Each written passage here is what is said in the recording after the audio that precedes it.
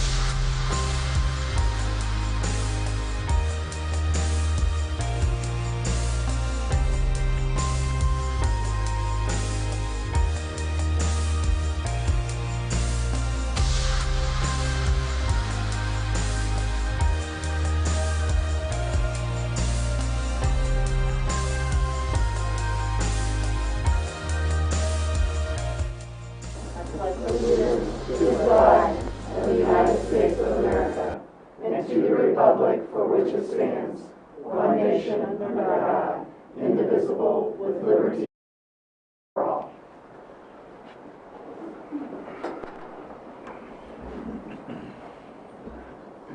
Approval of the agenda. Move the board approve the agenda as presented. Second. Nick, Yes. Jen, Yes. AJ, Yes. Dan, Yes. Drew, Yes. Karen, Yes. Angie. Yes. Motion carries. And approval of the minutes. I move the board approve the April 1st, 2025 study session minutes. Second. Nick, Yes. Jen, Yes. AJ, Yes. Dan, Yes. Drew, Yes. Karen, Yes. Angie. Yes. Motion carries.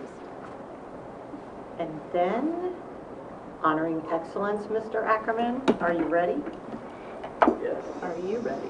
Good evening, everyone. As you know, April, May, 'tis the season for recognitions, and hopefully everyone's been following some of our activity on social media with so many of those to share with our community. We wanted to recognize a couple of our staff members tonight as they've been making headlines. Playing a little bit of catch-up is we're going to recognize Reagan Allegri from Heritage Middle School. Dr. Allegri, would you come forward? I'll have you join me at the podium. This came, hard to believe this was over a month ago. I'll read a quick little announcement and a nomination that was submitted on her behalf. It was a great way to start a new week on Monday, March 10th at Heritage Middle School, as the entire staff and student body at HMS surprised their principal, Dr. Reagan Allegri, as she was named the 2025 Middle School Principal of the Year by the Greater Kansas City, Missouri Principals Association. We were able to receive a few of the nominations, as I mentioned, that were submitted by several of Dr. Allegri's colleagues throughout the metro, and thought we would share at least a portion of one of the nominations. I have not only worked with Reagan throughout my last 6 years in administration, but I'm also a parent of 2 students that attended Heritage over the past 4 years. Reagan has created a positive school culture that promotes a sense of belonging and provides equitable opportunities for all. In recent years, she has demonstrated integrity, perseverance, and resilience as she has led the HMS community through several challenges.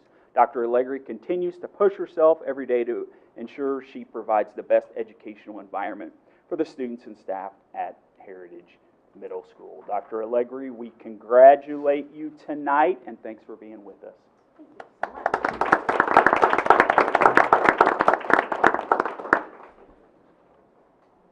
And we also had a big celebration a week ago, and that being the naming of our 2025-2026 LPS District Teacher of the Year. He just so happens to be with us tonight. Just so happens. Mr. Kurt Gates, come forward. We made the announcement last Wednesday, April 9th. It was a surprise. You said you were surprised. And if you haven't had a chance to preview the video that we produced and shared on that day, I'd encourage you to go back and check that out on any of our social media platforms. As I'm standing here talking to you, I just noticed somebody left a prop for me here at the podium. Are you getting emotional? I'll place this down here. We were talking just before the meeting just about the tremendous response we saw on Facebook, on that Facebook post, and just all the outpouring of love from former students, from colleagues, and you had a chance, I know, to see those. I encouraged you to check those out. So I didn't know really where to go with introducing him tonight, since we've already done several different ways, but I thought I would just read a couple of the posts that came off of our Facebook page. This from Lisa. Thrilled that you earned this recognition and award. You inspired your students with your knowledge, enthusiasm, and humor. You saw the best in them and made them believe in themselves. Thank you for being that kind of educator. The profession is noble and you do it so well. From Doug Winkler, former colleague of mine at Liberty High, an incredible teacher who sets the bar high for students, but in a way that makes them want to achieve. His ability to motivate comes not only from his skill as a teacher, but his compassion for students. Can't think of another teacher that I desire to emulate more than Kurt Gates. Congratulations to Kurt. And then could you do that in a Doug voice? No way I'm getting that low. I can promise you that. I've actually practiced, in private, trying to have the Doug Winkler voice, and I do not achieve that. I hope he's watching. I'm sure he is. This coming from Justin. I don't know what his voice sounds like. Mr. Kurt Gates was my AP government teacher in high school. I loved his class and remember it fondly. He greatly impacted my understanding of our governmental system with balance, fairness, and keen insight. Way to go, Mr. Gates. Well deserved. So tonight, we have an official certificate, and I teased this to him. I forgot to bring this to North last week. We presented the school with a big banner that's going to hang and display at Liberty North, the home of Kurt Gates.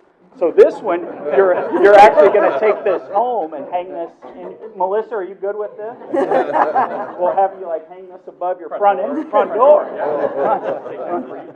Yeah, exactly. So congratulations, Kurt. Thank you. Way to go.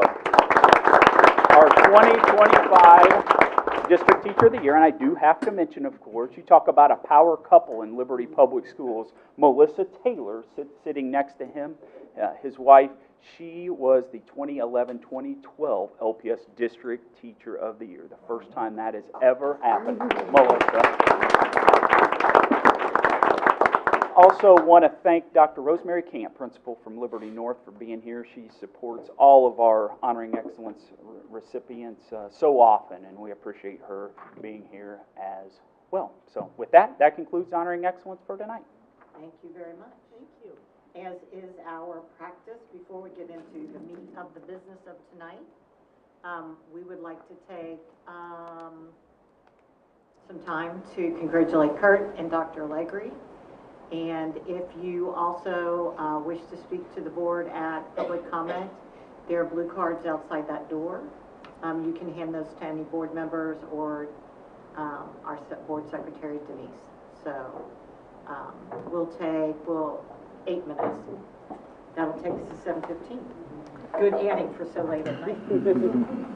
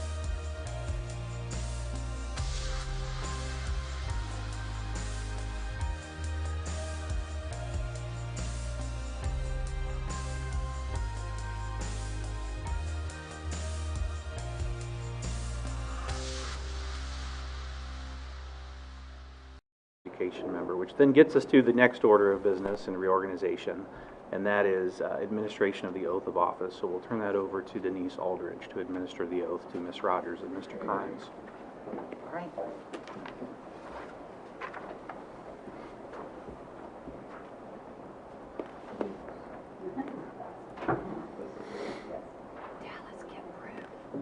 I do solemnly swear or affirm I do solemnly swear that I will support the Constitution of the United States that I will support the Constitution of the United States and the Constitution of the State of Missouri, and the Constitution of the State of Missouri, and that I will faithfully and impartially discharge and I will faithfully and impartially discharge the duties of school director the duties of school director in and for the Liberty 53 School District, in and for the Liberty 53 School District, County of Clay, State of Missouri, County of Clay, State of Missouri, to the best of my ability, according to law. to the best of my ability according to law.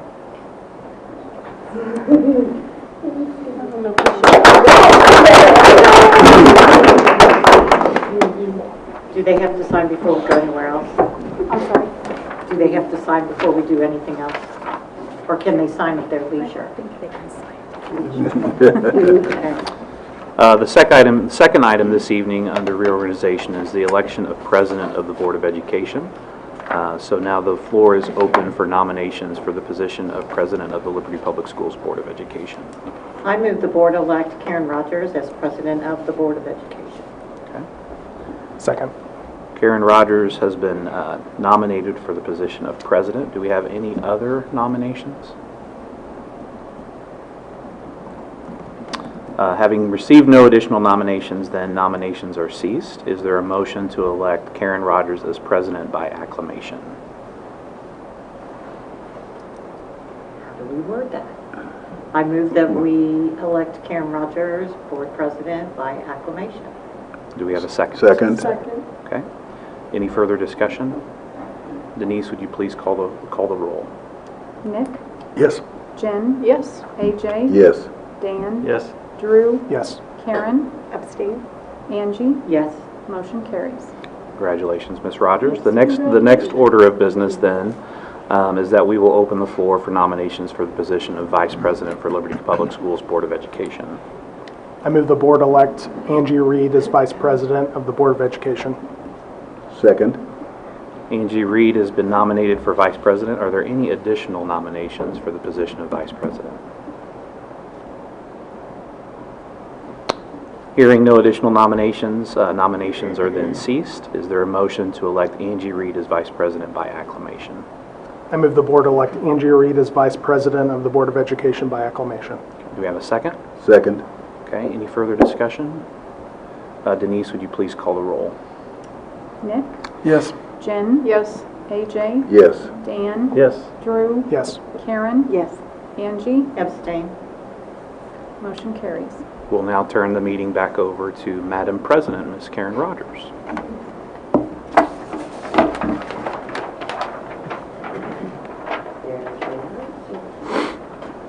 We'll just do a little testifying.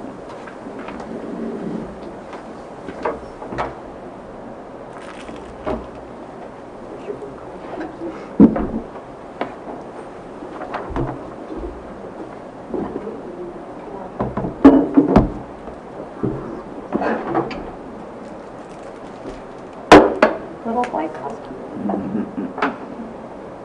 Got it. Yeah. I'll take this off.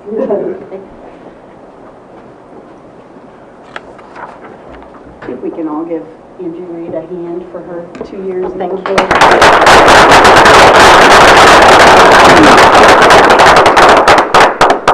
Right. So next we move to the appointment of MSBA delegate and alternate for the Board of Education. Do we have any nominations for the delegate? I move the board appoint AJ Bird as MSBA delegate and Drew Marriott as the alternate. Second. Any other nominations? Do we need to do another? Acclamation.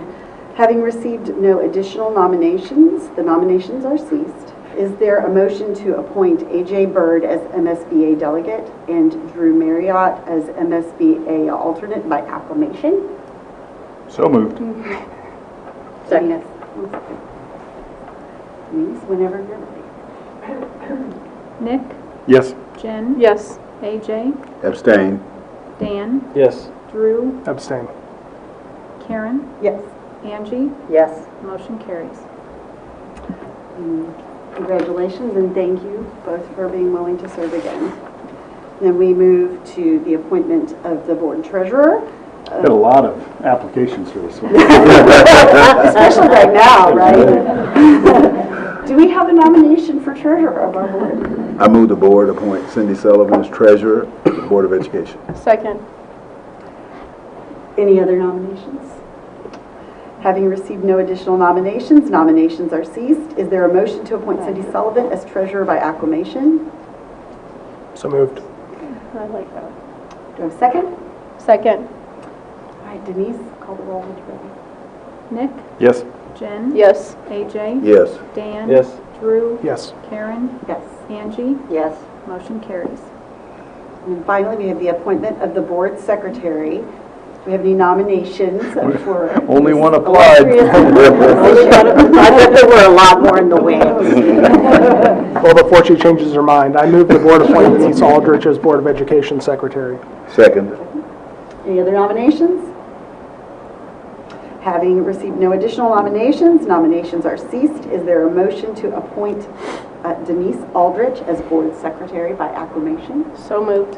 Second. Second. All right, Denise, will you call the roll? Can she do it? Nick, Yes. Jen? Yes. AJ? Yes. Dan? Yes. Drew? Yes. Karen? Yes. Angie? Yes. Motion carries. Nice job. Very good. All right. Here we go. All right, so next I believe we're ready for public comment, which is item 3.7 on the agenda. I do have a comment card, but before that, I ask that person to come forward. Do we have any others by any chance that haven't had a chance to turn them in? Okay.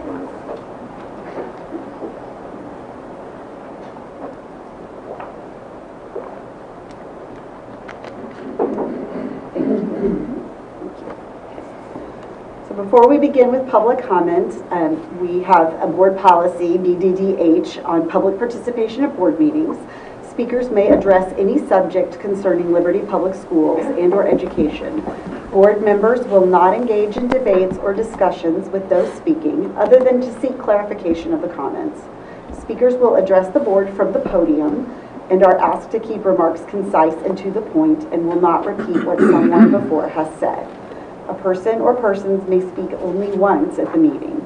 If several patrons wish to speak on the same topic, the board president may restrict the input to one or two spokespersons. Each speaker shall be limited to 3 minutes. Profane language or comments that constitute a threat to the safety of others is prohibited. Spontaneous comments from the audience will not be tolerated and may close public comment.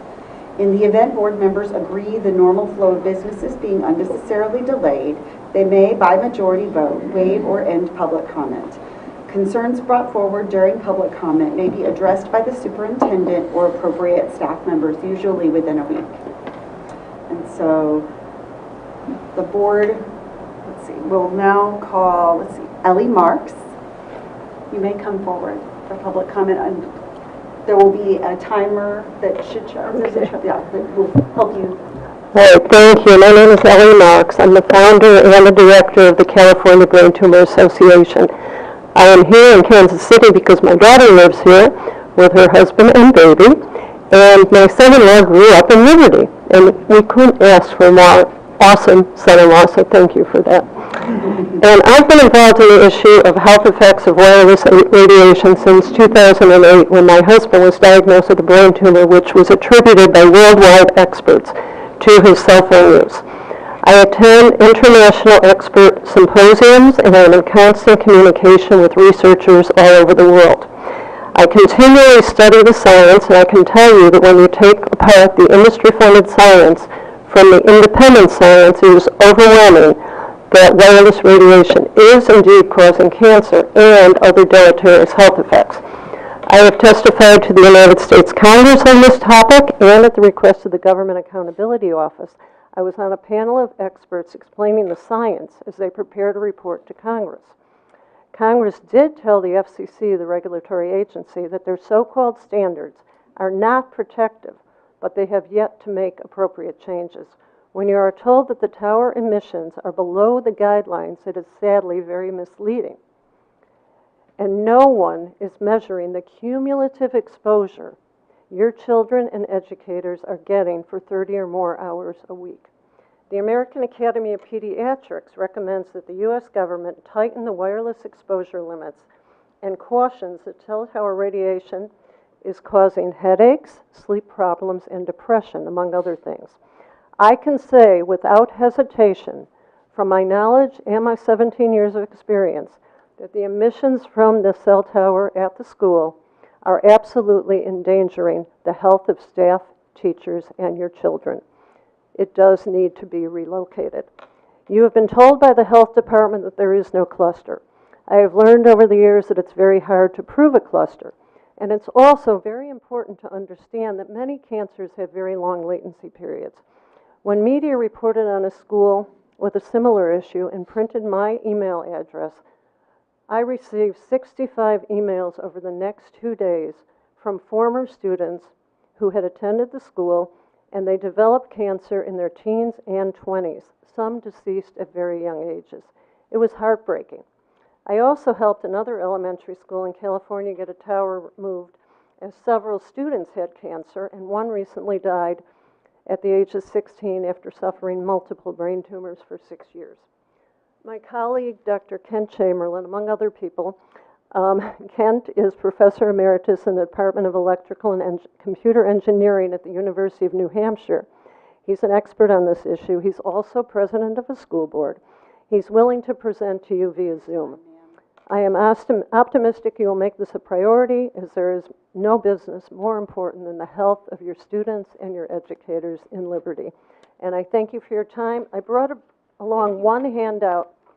It's a study that was commissioned by T-Mobile, showing you the health effects that are very real. Thank you. Can I leave this with one of you?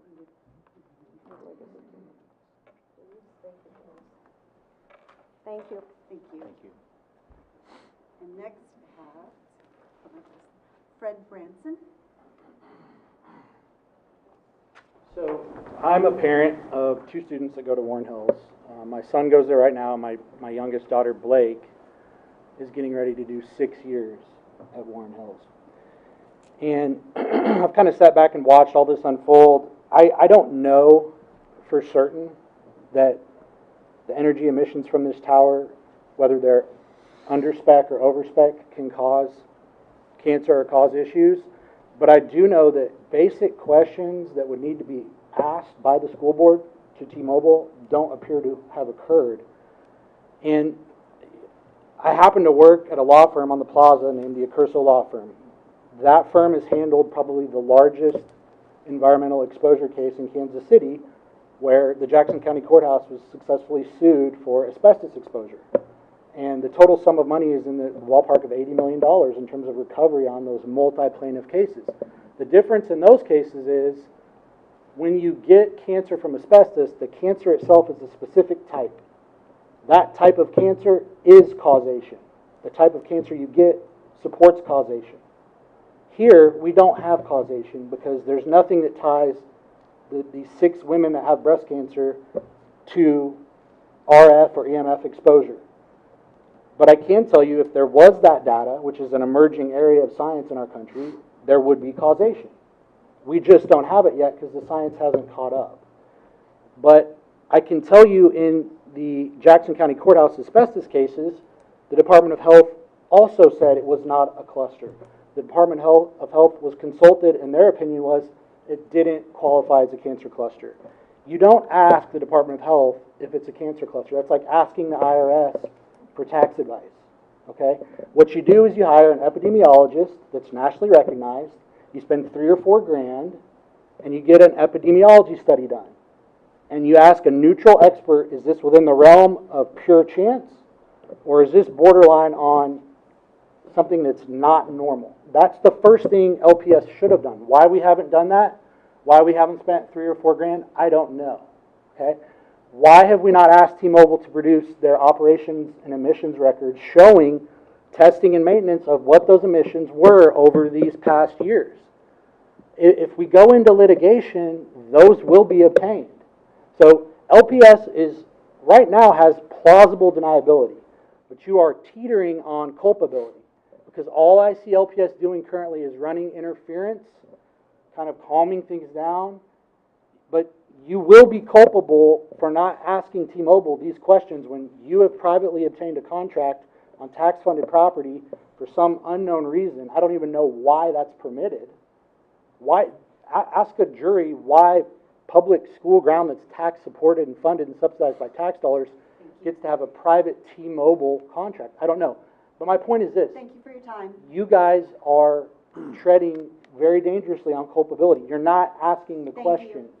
Thank you. And you're not providing that information. Those are basic things that need to be provided. Thank you.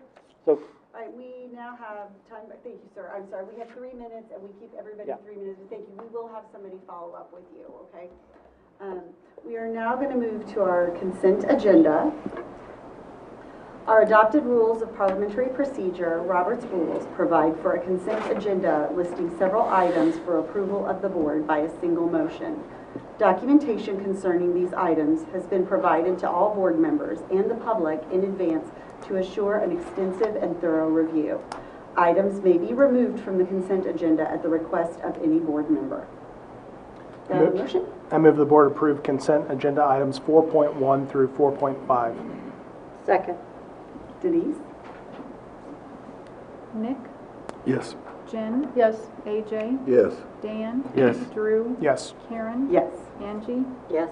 Motion carries. All right, now move to reports from the administration. The first report this evening is from Innovation and Learning. We'll welcome Dr. Moore to the podium. Good evening.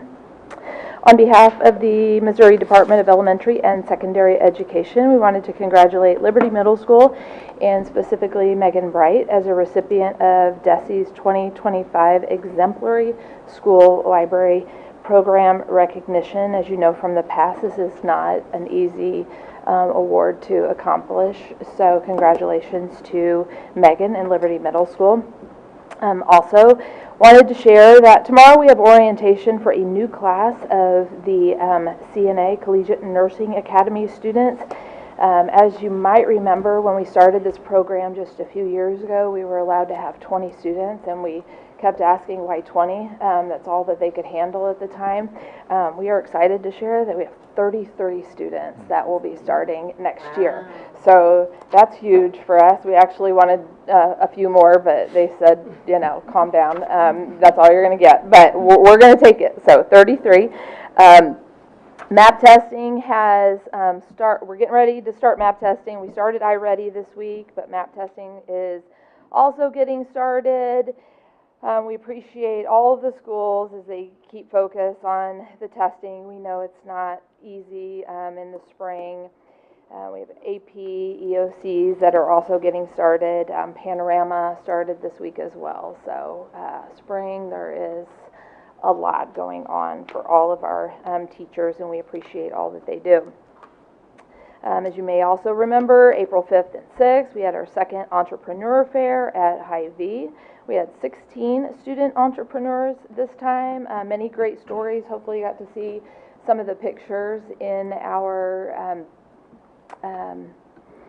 in what we shared. There was a story, I don't know if you heard this, but there was one student who shared with someone who came by, and they asked what they were trying to save money for.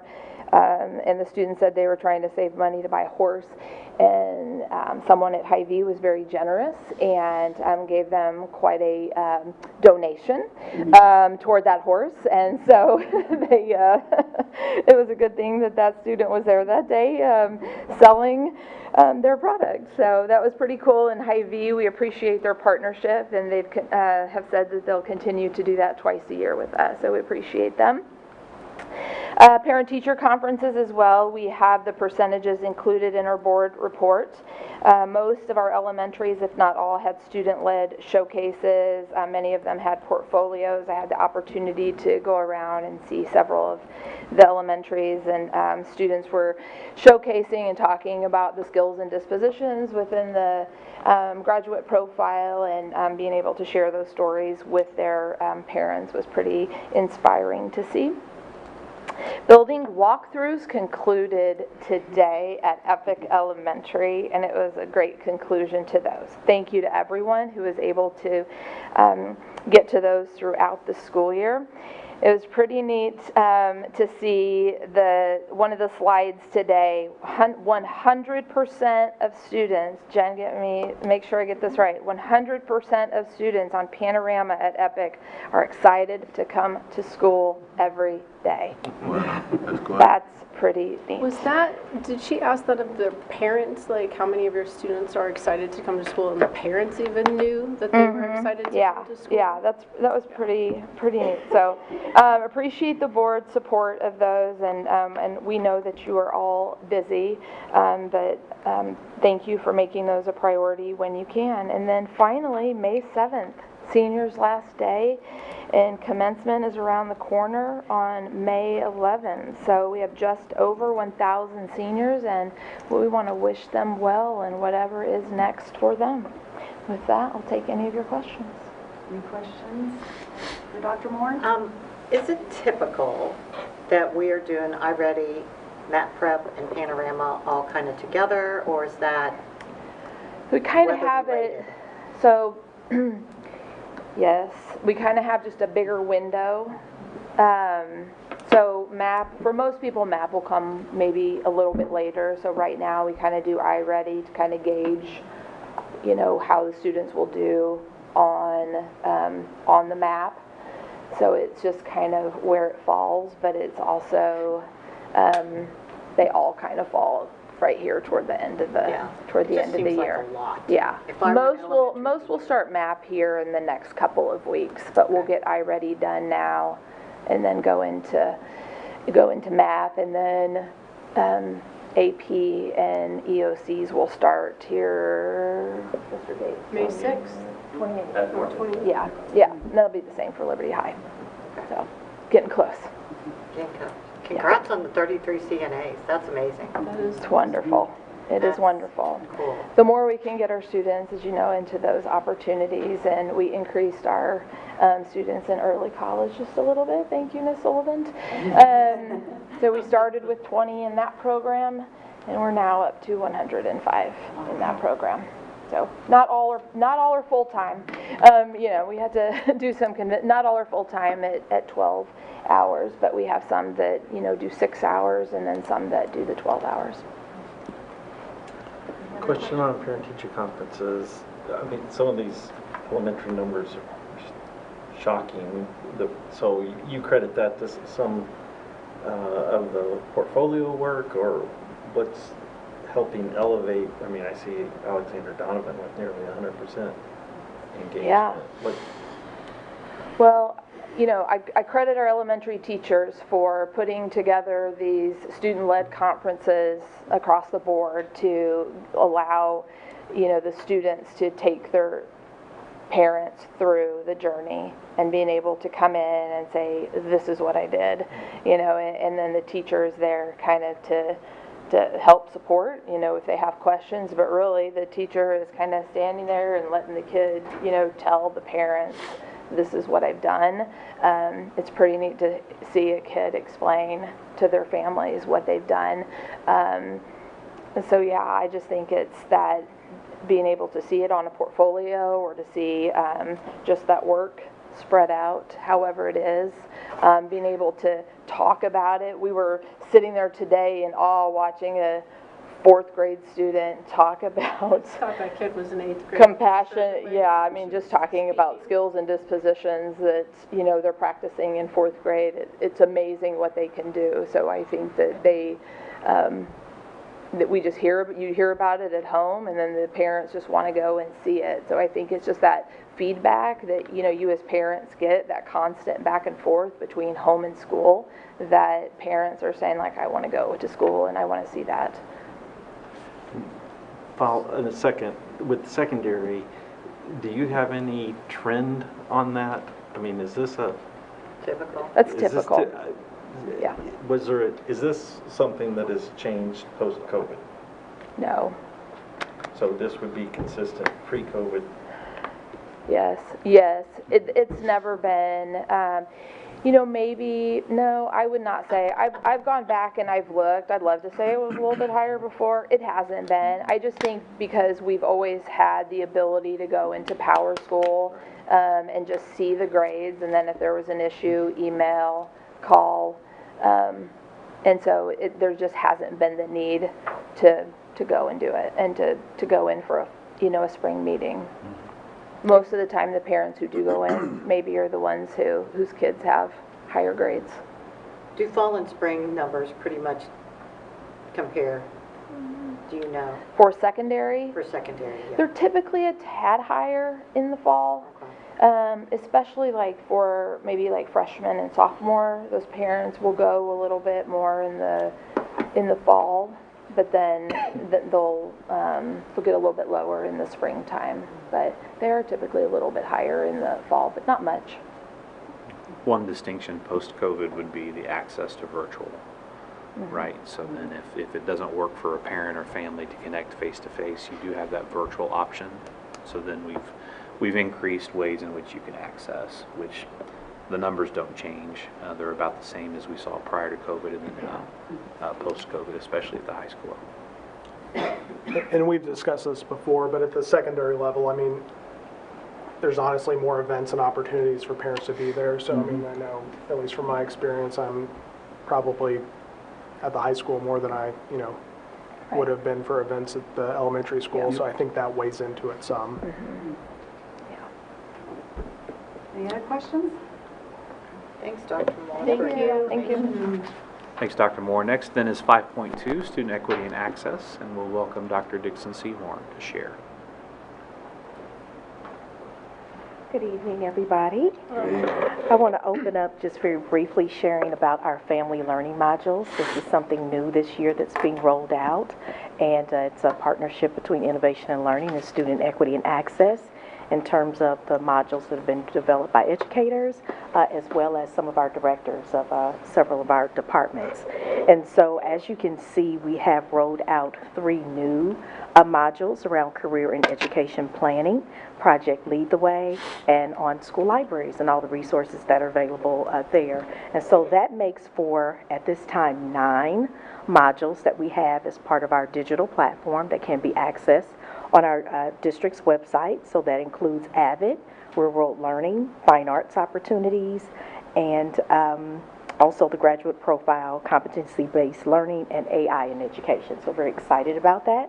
And this is part of Strategic Plan 13, with this emphasis in particular on families having access to these resources and materials online as on-demand content. So we're very, very excited about that. On behalf of Student Services, just wanted to share that our returning student registration process will open early this year for all students who are currently enrolled in the district. This does not pertain to seniors. The returning student registration will open on May 1st. So this is going to be our earliest date that we will be able to open up enrollment. Last year, we tried to get it to that May 1st date, and it was somewhere around May 15th-ish. But this was the date we were aiming for all along, so we're very excited about that. So that means that as families can get their students registered sooner, then we can have a better count of how many students are, returning to our schools for next year. And so we're just asking all families to complete that returning registration process by August 1st, before school starts. So there will be information going out through our communications office, I believe in the next quick news coming up. I believe that's or I think it's this week going into next week, and then also at the end of this month. So, and then also wanted to share on behalf of special programs that we were able to recognize 92 92 elementary and middle school students and their families were there to celebrate with them as part of the Pathway to Biliteracy Awards ceremony on April the 3rd. And so we just want to send out a special thank you to our Pathway coordinator and sponsors for all of their hard work in coordinating this event. There are also some upcoming events within special programs that you see listed here, including the SILA Biliteracy Awards ceremony.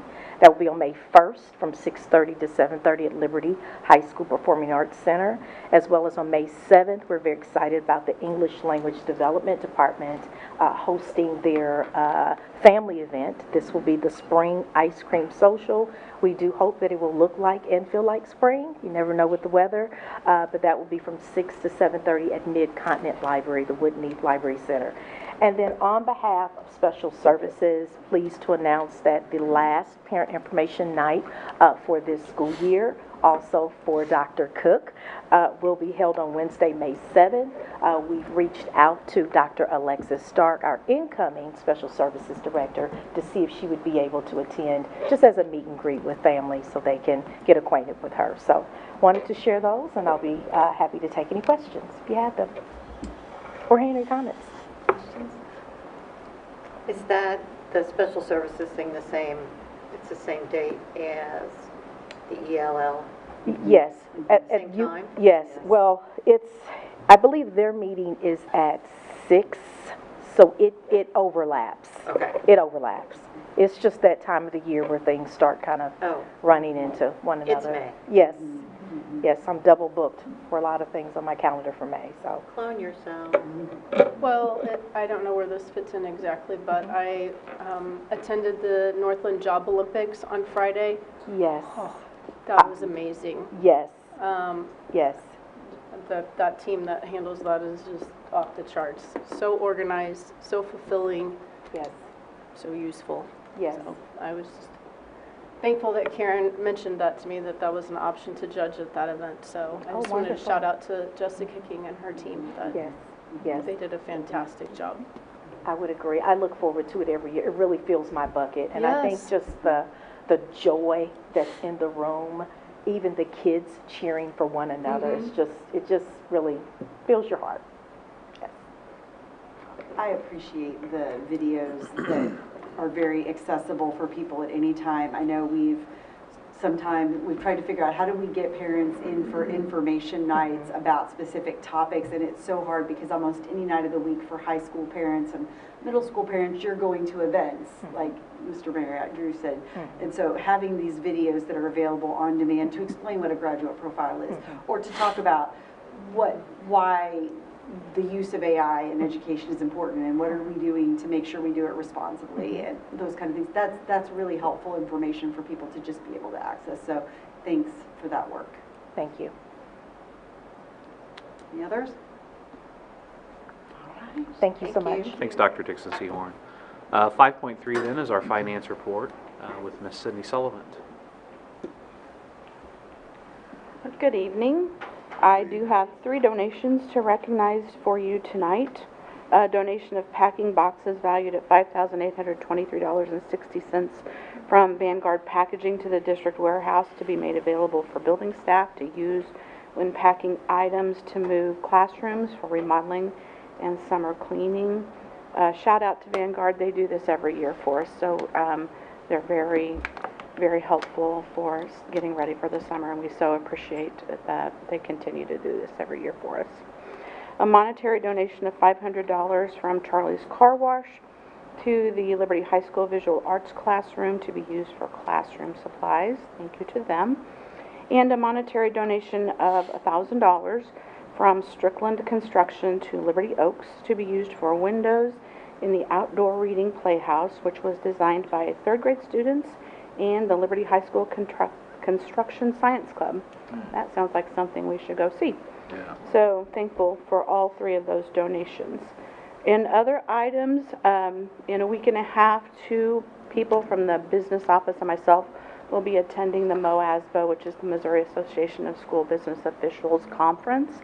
That's the large conference for business officials every year in the state. It's a great opportunity for them to get out and meet with other people who do the same jobs that they do and get caught up on anything that they might need a little extra professional development on. So we enjoy having that time with like-minded staff of the same in other districts. I also wanted to make you aware that 3 members of the Audit and Finance Committee are completing their terms this year. Kate Hamilton and Cindy Thompson are finishing their first term, and Elvin Holland is completing his 3rd term. So all of those positions are advertised on Quick News.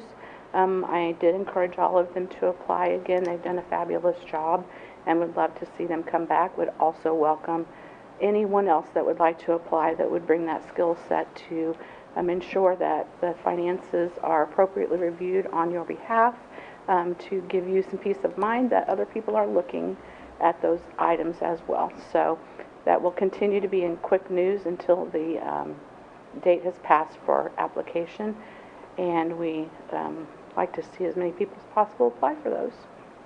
And finally, the Audit and Finance Committee did review the documents this past month and did not have any questions to pass along to you tonight.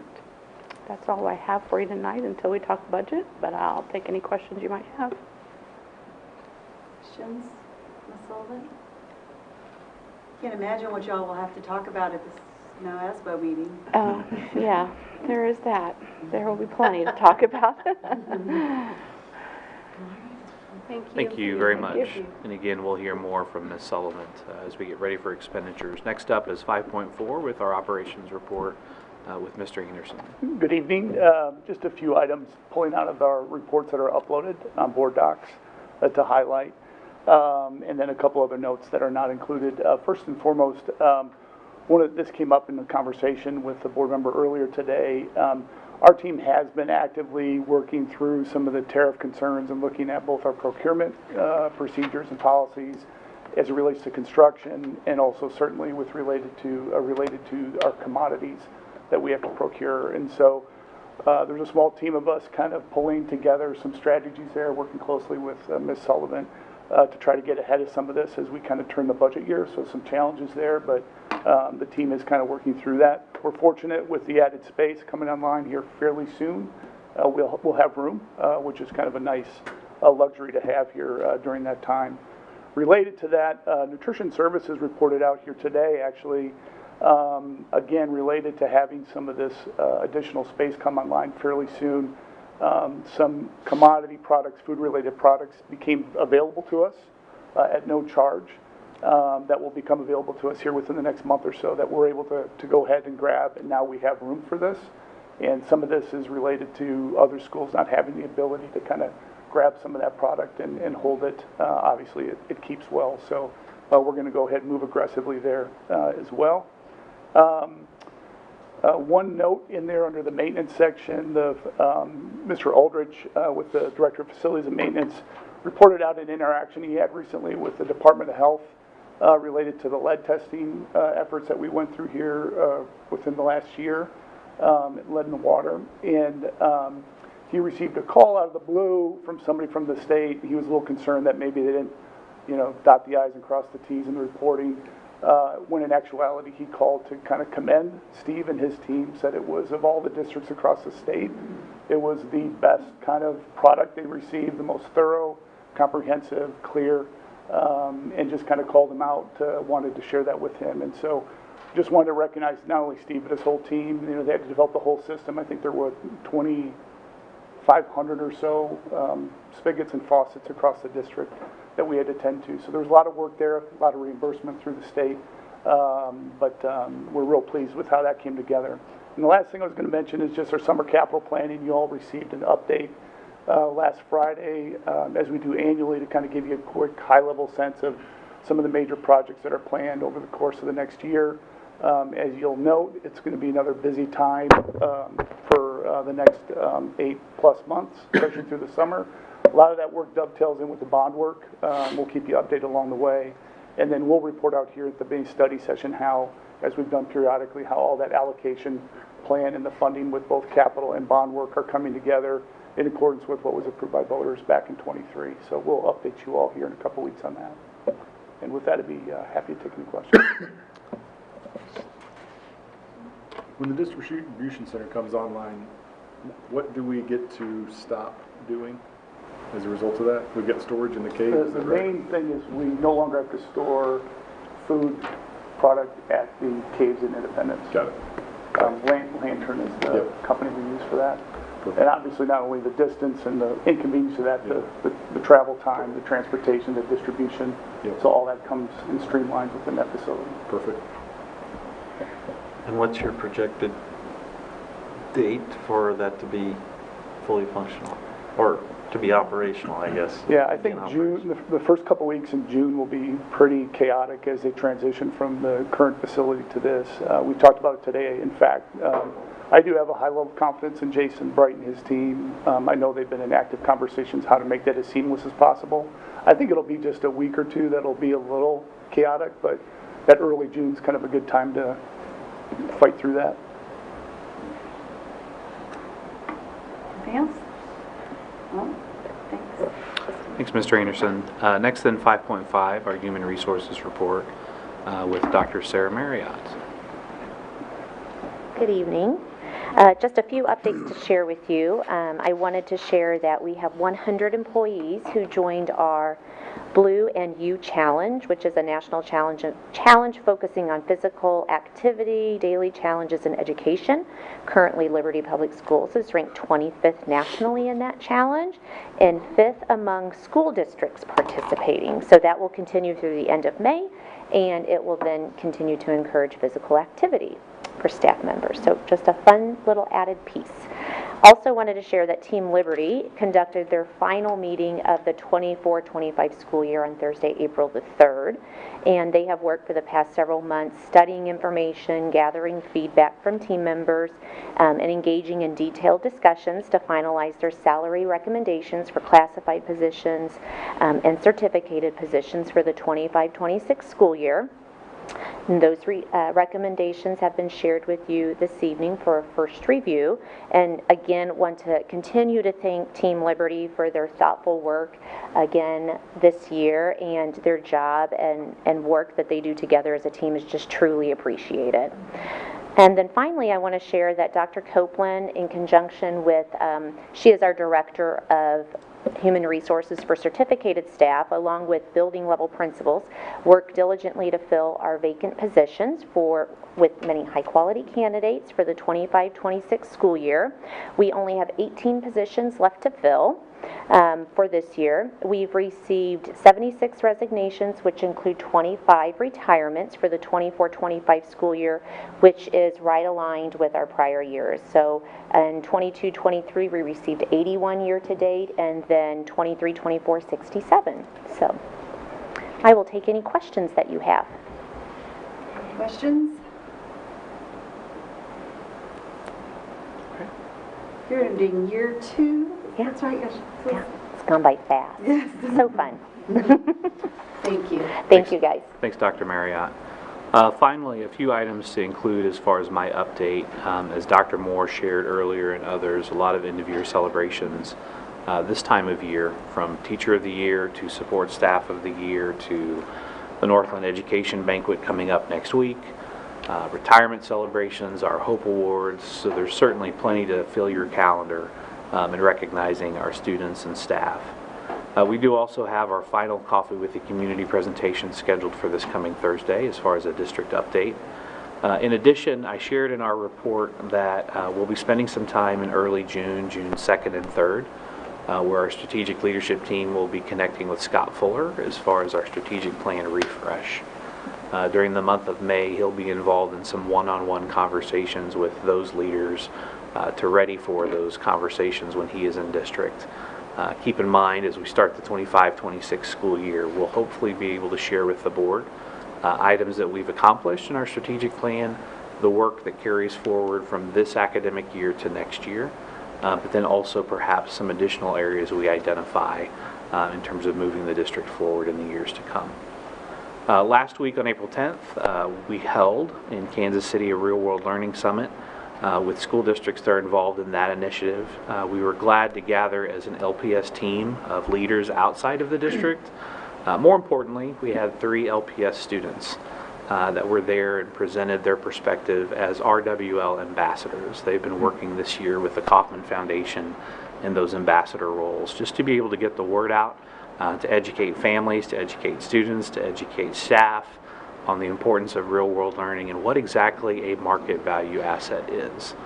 So we appreciated the time that was spent with them. Out of that conversation was birthed the first Real-World Learning Advisory Council.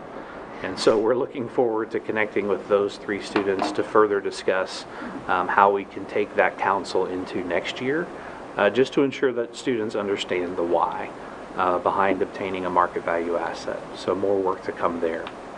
Additionally, we look forward to connecting with Carnegie next year as far as the Future of High School Transformation Network on a couple of fronts. We'll start with a webinar on April 22nd to learn more about the effort, and then that'll culminate in June, end of June, on June 25th, 26th, and 27th at their place as far as the Carnegie Foundation with the initial launch. And so we look forward to taking a small team there. Tomorrow in district, we host at Liberty High School the Kansas City area districts that are part of System Design 1 and System Design 2 innovation districts for part of the Success Ready Students Network meeting. So that work continues as we look to file with the United States Department of Education a federal waiver entitled the Innovative Assessment Demonstration Authority, or for short IADA. So we look forward to that as well.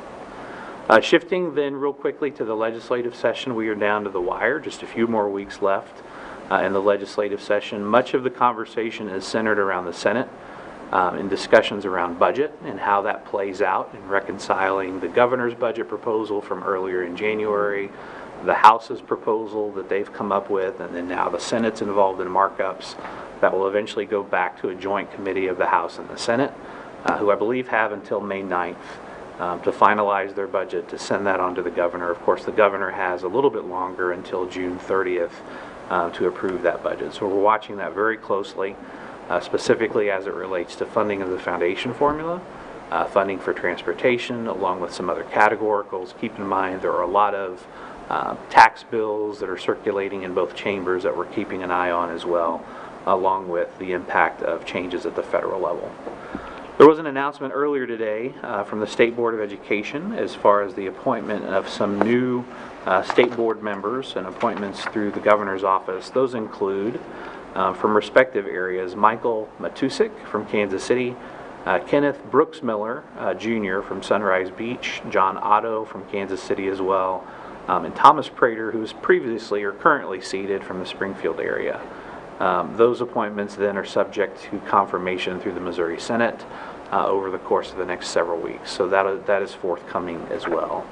And then lastly, an important vacancy that was filled earlier this week within the Department of Elementary and Secondary Education is the Deputy Commissioner over Finance. Thanking Dr. Carrie Monsees, former superintendent from Raymore Peculiar, for serving in that role. And then welcoming Dr. Kyle Cruz, who retired recently from the St. Clair School District. So he's now the next Deputy Commissioner.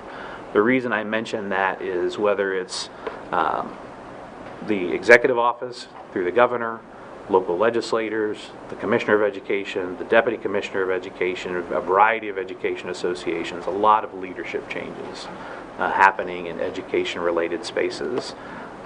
With that comes learning curves, with that come change, so we'll continue to navigate all of those leadership transitions. With that said, we'll open it up for any questions you all have of me this evening. Questions? Are those state board vacancies, are they filling, is that Charlie Shields' seat? One of them. And then Carol Holquist was another one, was my understanding. Keep in mind that some of them were serving beyond what they were initially set up to serve with various transitions. So, okay. Thank you. Well, then we are ready with the conclusion of reports to move on to item 6, which is our unfinished business. And then we'll start with the health benefit broker services. You will recall last month we shared this with you for first review, first read, but wanted to bring it back to you this evening for your consideration as far as a recommendation to move forward with Holmes, Murphy, and Associates as our health benefit broker service agreement. Appreciate the work of our Human Resources Department, our Business Services Department, Operations, and helping with the process, but then also the selection. So we'll turn it over to Dr. Marriott to hit on our highlights of this item. Thank you. So as you're aware, we've worked with Holmes Murphy now for a number of years, but we did go through the RFP process for that, and as you recall, every 5 years at least, to make sure that we're still satisfied and moving forward with the best and most appropriate brokerage firm for us. So through that process, which was facilitated by Jason Bright and the operations team and the purchasing department, we interviewed, as I shared last time, 5 different brokerage firms, and through a series of interviews and then question and answer sessions, we selected Holmes Murphy to continue with. So some of their work, what we think of as maybe just brokerage in the sense of brokering health insurance rates for us, they do that, but they also do several other components, such as they assist with enrollment, they share marketing information and assist with that. Our employee assistance program, they help with the provision of that, communication to staff members. So they really are an integral piece of our human resources, benefits, enrollment, and then the payroll component as well. So it's very important for us to have a solid relationship with a firm that is trustworthy, that we can ensure that will provide good services for our district, and we have been pleased with Holmes Murphy and would like to continue with that relationship. And so this contract goes 3 years, but it has provisions for extensions? For 2 years after that, and Okay. then we would, within that process, within those last couple of years, determine that we will want to go through that RFP process again. Yeah. Dr. Merritt, do you know how long Holmes Murphy, that we've worked with them? I believe it is between 10 and 15 years, maybe around that 12-year range. That's not, it's a nice, long relationship. They've done a nice job. Yes, we've been very pleased with the services that they've provided. Thank you. But I am glad that you do assess, take time to kind of go back out and market and look and see. So that is good. Do you have a motion? I move the board approve the full service consulting agreement and business associate contract with Holmes Murphy. Second. Denise, whenever you're ready. Nick? Yes. Jen? Yes. AJ? Yes. Dan? Yes. Drew? Yes. Angie? Yes. Karen? Yes. Motion carries. And we're ready for new business, which is item 7. 7.1 is our Carnegie Foundation data sharing agreement. You may recall back in March, we presented to you for your consideration the Memorandum of Understanding to become a partner with the Carnegie Foundation for Teaching on the National Transformation of High Schools Network. This is a subsequent piece to that.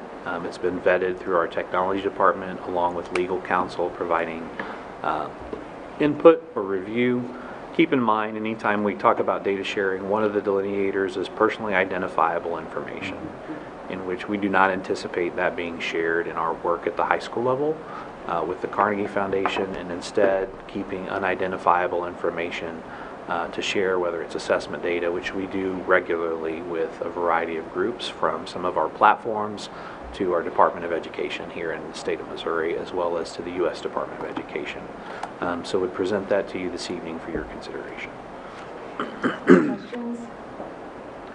I move the board approve the data sharing agreement with, did you have a question? I do. Okay. No more discussion. Just how are we ensuring PII is being respected and reflected? Are we just creating numbers for the students as they go through it? Yeah, and keep in mind, the state of Missouri has what's called a MOSIS ID. Yep. And that's the information that is shared, even when it comes to, assessment data, for example. In part for the sake of students transferring between districts and those MOSIS IDs following that student. Yep. And then we also have the delineation of aggregate data as compared to disaggregated down at the student level. Yep. So we're really talking about aggregate data as it relates to us moving forward with this. And that MOSIS ID key is held by the state? That's correct. Department? We have that as a school district through the Department of Elementary and Secondary Education. Okay. I had a question. The data compliance official that's signing that for us, is that going to be Trey Kotzer? Typically, in terms of the contract itself, it's signed operationally. So when we identify those individuals within the district, the compliance part is, the contract is signed by either Steve Anderson or myself. We would just need to identify who that person would be, and it would likely be Trey or perhaps Christopher Hand over the assessment side.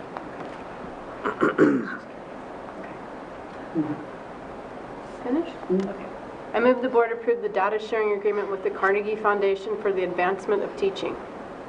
Second. Nick? Yes. Jen? Yes. AJ? Yes. Dan? Yes. Drew? Yes. Angie? Yes. Karen? Yes. Motion carries. 7.2. The next item then is our preliminary expenditure budget, and as you will recall, this process really happens year-round as it relates to budgeting, with things picking up in January as we enter into the hiring season, as the legislative session begins. Just as a reminder, and we always like to share this, and that in years past we would have a budget retreat sometime in June with a presentation to the board of the finalized budget at the June board meeting, and then it would change July 1st. And we've since changed that approach in spending more time as a Board of Education, becoming educated, but then also opportunity to learn and share and ask questions, really starting earlier in March with a glimpse at revenues, followed by April in terms of looking at preliminary expenditures, a preliminary budget in the month of May, and then finalized in June with a presentation to the board for your consideration of the subsequent year, the following year's budget. The reason I mention that is because there was a recent study conducted through Georgetown University that we heard about, that was circulating nationally, about the amount of time that a board spends looking at the budget. Keep in mind, we also have our Audit and Finance Committee that works behind the scenes with Cindy and the Business Services team. I say all that to say you all and the district spends quite a bit in this space as far as time. So we appreciate all the work that goes on across the system. Thanks to Cindy and her team for their work, and we'll turn it over to you this evening. Thank you for that introduction, Dr. Tucker. And as he said, the development of a school district budget is a 12-month process, and it includes the analysis of prior year actuals, current year performance to budget, input from staff and administrators, and the Board of Education. So tonight we're bringing you the preliminary update on the expenditure side of the work. So the first 4 slides are really just the synopsis of all of the work. So we'll go through those pretty quickly and then break each one of those items down to give you a little bit more detail. As you can see, currently we're projecting the budget for all funds next year to be $279,945 and $945,476, and that's just about $1 million less in total than the current year budget. Based on things that I don't know right now, I believe that in May and June you will see that creep up to a little bit closer to very much the same as this current year.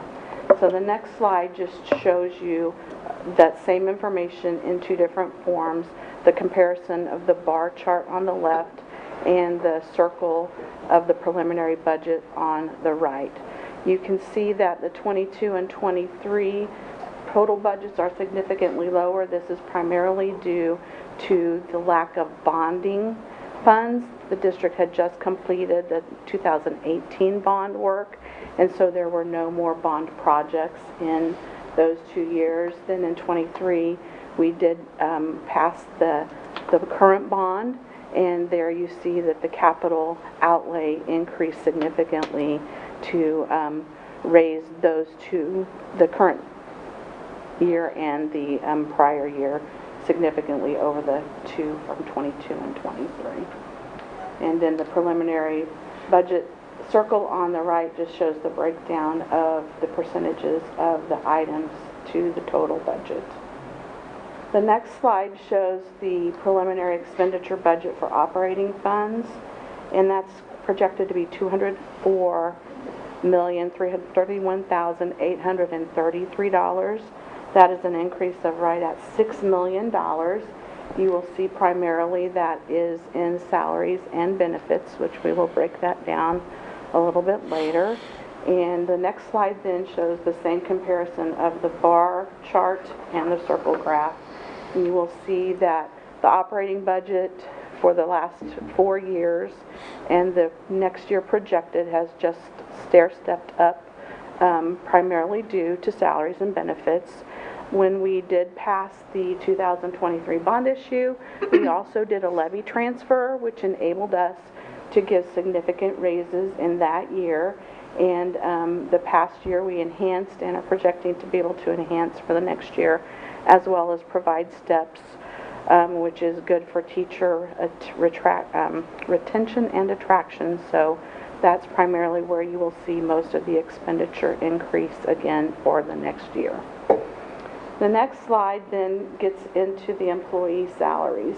And tonight you will see in our next item on the agenda the recommendation that Team Liberty has brought forth for the salaries and the benefit, or the salary piece for next year.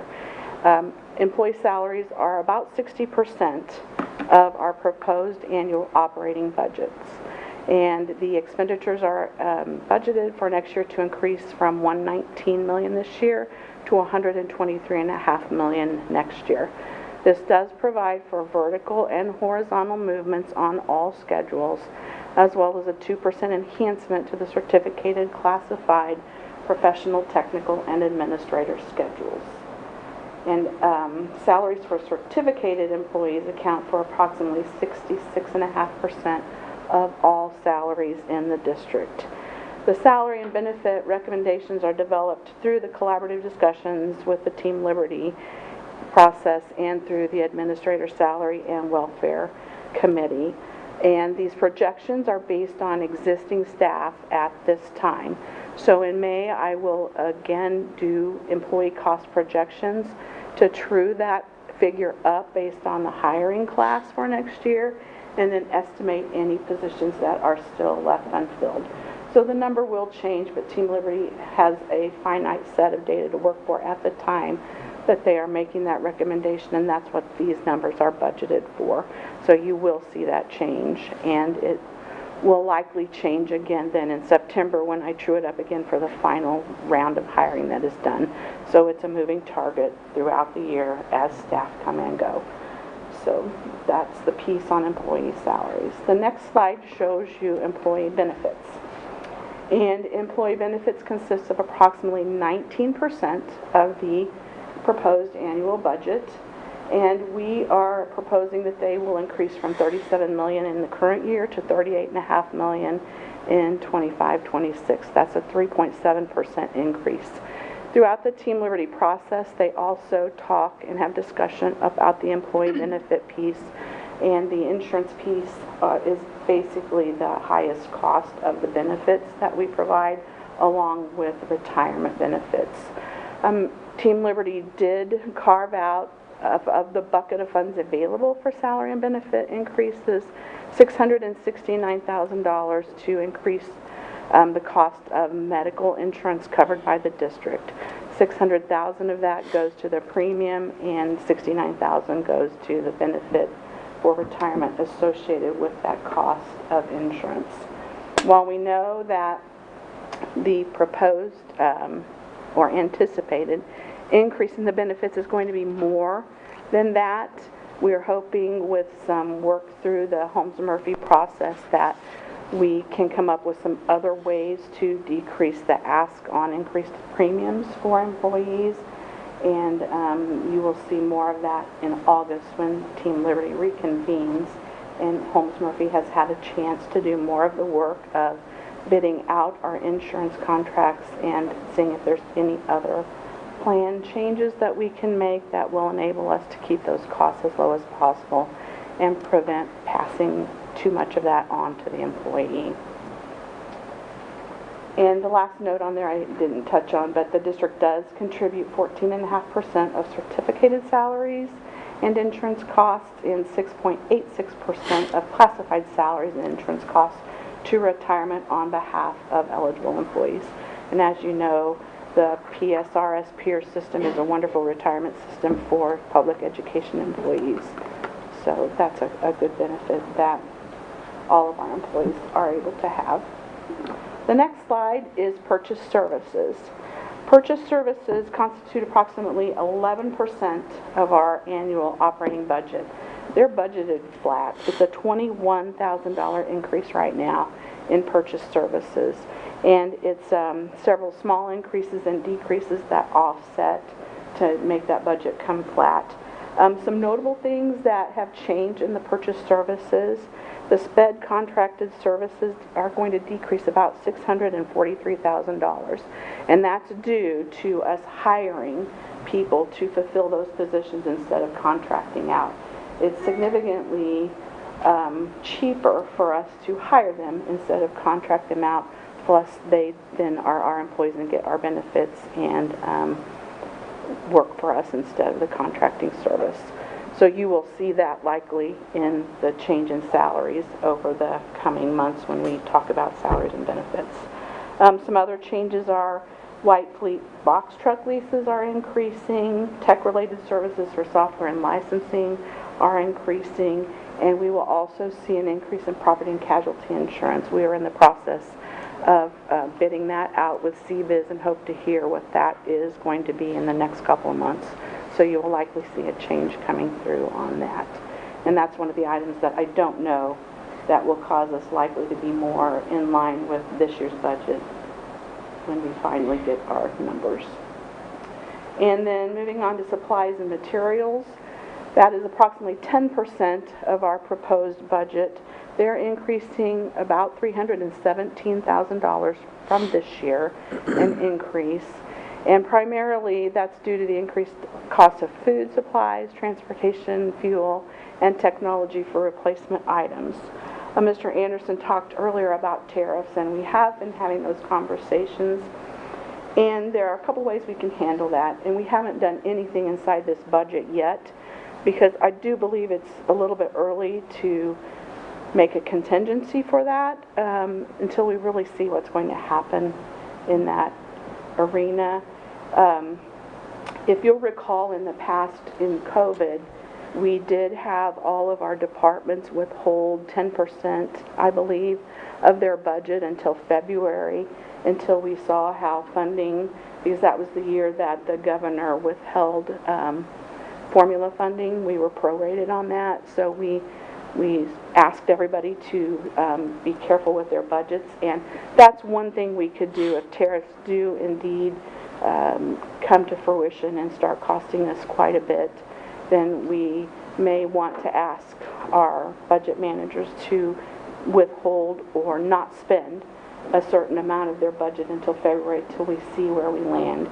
The other thing is we could indeed put a contingency account in for tariffs. We're also having the conversation of, do we want to speed up purchasing, as Mr. Anderson talked about? Are there things we can buy now and just move that budget in from next year into this year to cover those costs and think about the things that are available to us now? So we are looking at that. It's middle of April though, so things have to move fairly quickly if we're going to do that. But we are having the conversation, so wanted to make you aware of that may be one thing that does change in all of this in May and June as things unfold and we know more. So the famous saying, more to come on that. I'm sure there will be more to come on that for the rest of the year as we deal with the fallout for that. And then we move on to capital outlay.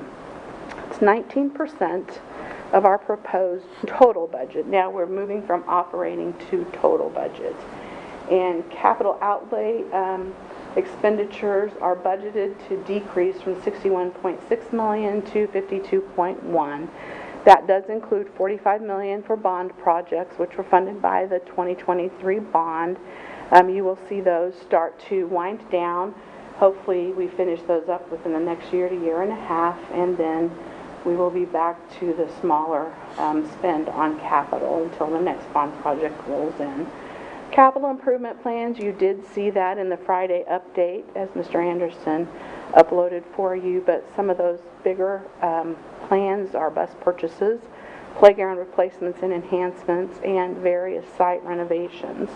And I wanted to make note that capital budgeting, and Mr. Anderson has told you about this, but it does happen as well throughout the year based on growth that we learn about through our demographer and specific building needs as they come apparent to what replacements and repairs need to be made. And the staff put those in. The operations folks, along with Mr. Anderson, review those and prioritize those. And then the ones that are not selected to be fulfilled in the current year are kept on a list, and that priority list is continually updated as the list grows and as we mark things off of that list. So it is too an ongoing process. Capital outlay, any other questions you might have, I'm sure between the two of us, Steve and I can answer those. Debt service, it constitutes approximately 8% of the proposed annual total budget. And the debt budget is based on the plan of finance adopted with each bond sale. The principal and interest costs are calculated out for all future fiscal years so that our existing levy can provide the revenue necessary to make the debt payments. And you're familiar with that when we have our bond counsel or our investment advisors come and talk to you about how those exist and what our debt service schedules look like. That's exactly how the debt service budget is calculated, so you should be familiar with that. We do have an increase this year from $21 million to $23.5 million. That includes just some escalation in bond payments, and it also includes a new energy performance contract lease, which we're not sure about that amount yet. We are in the process of getting those leases negotiated through Piper Sandler. So that's the debt service. I also wanted to, you can go to the next slide, Denise, to make a note that at each school, how we budget, we don't talk about how the process works very often, so I did want to just remind you that we do have budget meetings with every building budget manager and department budget manager in January and February. And at each school, the principal allocates the amounts that specific departments based on his or her conversations with the chairpersons of the department or just the people in the grade levels. So they do take into consideration the strategic plan of the district, their building improvement plans, and what they know is changing for the future years. And as far as building budgets go, they go under 3 reviews. After they're submitted to the business services department, the accounting staff reviews them, I review them, and Dr. Moore and her staff often have eyes on all of them as well to make sure that we are doing things that promote our strategic plan and the education of students under our Vivid Vision and our graduate profile. So we want to make sure that when we're spending money, it is for the reasons that we promote that we're spending money for. So that process is taken into consideration, all things academic and all things students. And we don't very often talk about that, so I just wanted to make sure that you did understand that it's all based around the academics and the job of educating kids. So here again is that last slide that shows you the total expenditure budget for all funds. And that's the presentation that I have for you tonight, pretty quick, but I would love to have any questions if you have any. Questions? So you mentioned, and I should have asked this when we were back on that page, regarding, that's a huge savings in special ed. It is. And so we're bringing, instead of sending kids out or contracting It's contracted, yes. we have those employees coming to us. We have, yes. Nice. And then the times that those contracted employees will often express an interest in working for the district, but they were contracted and we honored the contract, and then at the end of the contract period, offered positions up to them. So we honored what we said we would and didn't break that contract or anything like that, but it is a significant savings, recognizing that we want those people to be our employees. Much cheaper. Yeah. I can't believe how much cheaper. I mean, that's a lot. It is a lot. Any other questions? Just anecdotally, as a share of the operations budget, salaries percent has gone up Is that fair? It is fair. When you Yeah. think about, last year, we had 2 years ago, an 8% Yep. increase in our salary schedules, plus a step Mm-hmm. is about 10%. Yep. Last year, we had a 3% enhancement plus a step, so that's a 5% increase. Mm-hmm. And then this year, if you do another 2% enhancement and a step, that's another 4%. Yep. So combine that with the fact that we are fully staffed, closer to fully staffed than we've ever been before, it makes perfect sense that Yep. the salaries are going up and make 79 to 80% Yep. of operating budget. And then I would assume purchase services and those other ancillary ones have come down over time as well? Yes. Yeah, okay. Cindy, taking. Your salary projection, you mentioned the buildings working through their process. Dr. Moore had worked on staff allocation. So your forecast now includes the staff allocation estimates for next year as well as the salary adjustment To the recommended extent that we can, yes, at this time. yes. Cindy, based on that, let me get my thought together. That special education staff, we can reduce the cost. Does that suggest we can look further at other places where we could return to hiring staff in other areas? I know it's not your area of expertise, but does it suggest that, or will anyone else confirm on that? I can tell you that in the conversations that we have, the staffing conversations that we have, it's always our goal to hire instead of contract out. I think we contract out when we just cannot fill a position. And for whatever reason, we have... Especially they're the most difficult? Yes. Okay. Yeah. So not as likely? Correct. Okay. Go ahead. No, you finish. The other question is related to federal funding. I heard you say you're going to the MOSAB meeting? MOASBO. MOASBO. Will there be any federal officials there that you'll be engaged with or likely to be attending that meeting? And will we learn more about how federal funding, is our number like, I haven't looked at it for a while, but like 4 million or is it more than that? It's 3% of our total revenue budget. Okay. And I think that's more along the lines of 7 million. Okay, okay. And I am not aware of any federal Department of Education officials that will be at the conference, but there will be plenty of DESE officials, Missouri officials, and I am sure that will be a topic of conversation at the conference. So those are real dollars? Those are real 7 million dollars. as opposed to my 4 million? Yes. Yeah. 4 million's real dollars too. Yes, I agree. And part of the issue is I mean, the DESE folks haven't quite received or obtained information from the federal folks, and so, you know, I think part of the difficulty is the lack of information and the Right. uncertainty with title funds and free and reduced lunch funds and things like that. So I hope they have some answers, but I don't. Yes, I agree with you. And things are happening in such real time. For example, 2 weeks ago, I viewed a webinar regarding the ESSER reporting. We still were doing that, and that was supposed to go out several years until you had all of the data that they wanted to collect. Not 2 days after we had that webinar telling us how to collect the data, what data was due, DESE learned that all of that data collection was halted. So we no longer are required to report out about the usage of ESSER funds. So real time happening as, you know, building the plane and flying it at the same time. So that's one example of why they probably don't have a lot of information. Thank you. And to confirm what Drew shared in terms of DESE not being aware that then they can communicate with LEAs or school districts, that's something we've broached with the commissioner and her team, and that we're hearing things in our respective school districts and trying to piece it together in the absence of communication from the Department of Elementary and Secondary Education.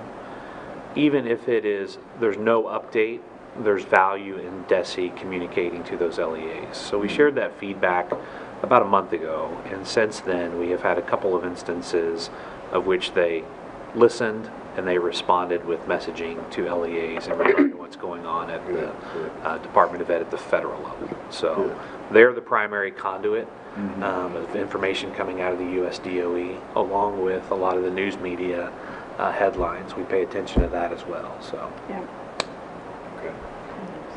Has there been any conversation about changing what is paid into PSRS and Piers? I know it's been a while since that's changed. It has been. And with interest rates being so favorable up until they're still favorable, but the market is now going crazy. But they've been able to earn enough, and that their percentage that they take is based on what they think they need to fund people as they retire. So with the earnings that they've been able to sustain and the investments that they've been able to make, they're sitting in a very good position. I like their position. Yes. I would like to stay there. Yes. And so I have not heard anything in all of the reporting out from their board meetings. I just know it's been multiple years since they added anything to that. It has been. I didn't know if that was like they did that cyclically or they just, what you just explained makes perfect sense. Every year they have, at their board meetings, they discuss whether their percentage take is enough to keep you in your paycheck. Thank you. Just one question, switching topics, and maybe go to Steve on this one. Projecting $45 million to bond projects in 25-26, roughly, do you have any, what that leaves on bond beyond that next school year? We were talking about this morning. I mean, we go off the draw schedule that our contractor team puts together. We didn't look at it like more specifically to that number, but I think that's probably not that far off, Dan. We're winding down. Yeah. So then it just becomes kind of leftovers at that point beyond the 25-26. Yeah. So that really does kind of wrap up. You said 12 to 18 months, but so that's kind of the remnant that would be left. And how does then the debt service follow that as the bond expenditure concludes? This time the debt service actually went up a little bit. It should fall as we wrap that up? Well, yes. That is if we don't do another bond issue. Right. So they just are in a rolling, but yes, it's an amortization of the payment. And sometimes, as you remember 2 years ago, we front-loaded a large bond payment. Right. And we can, with the help of Piper Sandler or Stiefel back then, we create those amortization schedules to fit what we foresee the need to be. So if we know we're going to have a large draw or need for money, we may front load it and then lessen our payments somewhere in the middle to meet needs. But we can kind of design those in different ways. But theoretically, yes, those payments should decline as bond issues roll off. One other quick thing. There can be a pretty significant lag as those invoices come in over time. I mean, sometimes it's 6+ months. Just to be mindful of that, so that work will drag into like the following year. And as we hit year end, that we will true up that number. Sure. Once we stop moving in the middle of June, we will know what that true leftover balance is. And on that note, we do intend, fast forward to May at our study session, to include a debt service conversation as an agenda item. Yes. And to welcome Piper Sandler to come in. You'll recall Ms. Sullivan and her team provided an overview of where we stand earlier this year as it relates to debt service.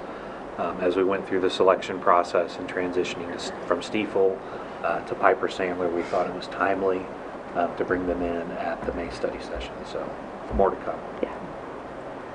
I just have, it's not a big question. Just going back to the debt service slide, the energy performance contract lease, and this maybe is you or Steve, is that where we were looking at hiring somebody to come in and look at all of our buildings and take a look at like with heating and HVAC and all of those things to see what we might need to replace? That's Okay. doing the actual work. Okay. And that lease will actually be broken out into two pieces. We're phasing that into two pieces, and Piper Sandler is also helping us with that performance contract lease work, so to get the favorable rates and how to break that out so that we can do the best by using that money and not having debt on something we don't need at the current time. So we'll speak more to that coming down the road in May as well. So in May, as I wrap up, we will present to you the complete book, minus a couple of pages that you'll see in the June. But it will be the culmination of all that work, and anything we find out that changes along the way within the next 3 weeks will be reflected in that document, updates for employee cost projections and things like that. So you will see some changes from March and April into May. Thank you. Thanks, Ms. Sullivan. And thanks to your team for all of the work that they're putting in. We know it's busy. So then I think we're ready to move on to 7.3, which is our 2025-2026 compensation. Yeah, so this has been mentioned previously this evening as far as our compensation plan and recommendations to you all for 25-26 as it fits with the budget development process. Again, thank you to Team Liberty, the Business Services Department, all the work that happens behind the scenes to get us to this point this evening. What follows within this agenda item then are 9 different accompanying documents from the recommendations from myself to you all on behalf of Team Liberty, but then also a lot of the subsequent pieces that support the recommendation, whether it's schedules, miscellaneous rates of pay, and so forth. So I wanted to highlight a couple of things from the recommendations as you see in front of you. First of all, it's the acknowledgement that it includes vertical and horizontal movement, where applicable in terms of cells rolling on schedules and where that's allowed. Enhancements as far as remaining competitive with surrounding districts. So that's presented to you this evening. To run through the numbers as far as each of the recommendations, the first recommendation then is to fund all salary schedules, vertical steps, and horizontal movements, including extra days, at a cost of $2,023,832, enhancing certificated salary schedules at around 2%, including extra days, for a cost of $1,377,460, enhancing classified staff salary schedules similarly at a rate of 2%, for a cost of $601,406, enhancing the professional 10 and 12-month salary schedules at 2% for a total of $90,604. And then the last recommendation, enhancing the administrative salary schedule similarly at 2% for a total estimated cost of $231,166. As you combine those 5 recommendations together, the total estimated cost, which does not include the cost of PSRS or peers contributions, as was asked previously, for a total, with this salary recommendation for 25-26, $4,324,468. So this is presented to you for first read this evening.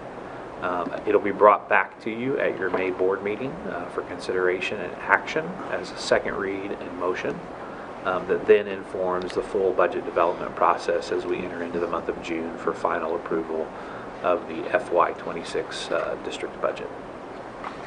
Okay? All right. Thanks to Team Liberty. Thank you to Ms. Sullivan and Dr. Marriott and Michelle Baldwin and all of the people that worked together, as well as you, for putting that all together and for the proposal for us. So be sure to take a look at it, and if we have questions, be sure to get those answered and reach out. So then we're ready for board policy updates, 7.4. Under 7.4, you have 2 categories, the first of which are about 5 policies for your review for first read this evening. As a reminder, we do send these out to our cabinet, to our administration, and departments to take a look at to ensure that the recommended language from MSBA matches with our practice and procedure here in district. In addition, those will be shared with you in the May meeting for your consideration. The second set of administrative procedures, as you all know, do not require action. They're guidelines as far as how our procedures are carried out within our district. So those are informational purposes only. And again, first read this evening on the policies for review. You'll see those again come May. Thank you. And then 7.5, we have an item that's pulled out for the agenda. We did have a check in the amount of $336.99 to Sarpinos, which was to assist with Heritage Middle School's Parent-Teacher Conference week and a staff dinner. So we pulled that from consent agenda and would present that to you this evening for your consideration. Ms. Sullivan, what percentage of our budget is pizza? I move the board approve the Visa payment to Sarpino's Pizzeria in the amount of $336.99. Second. Nick, Yes. Jen, Abstain. AJ, Yes. Dan, Yes. Drew, Yes. Angie, Yes. Karen, Yes. motion carries. Thank you. And then we have, under the Board of Education, Legislation and Advocacy. We talked a little bit about that already. Jeff City wrapping up. Anything else that anybody would like to add?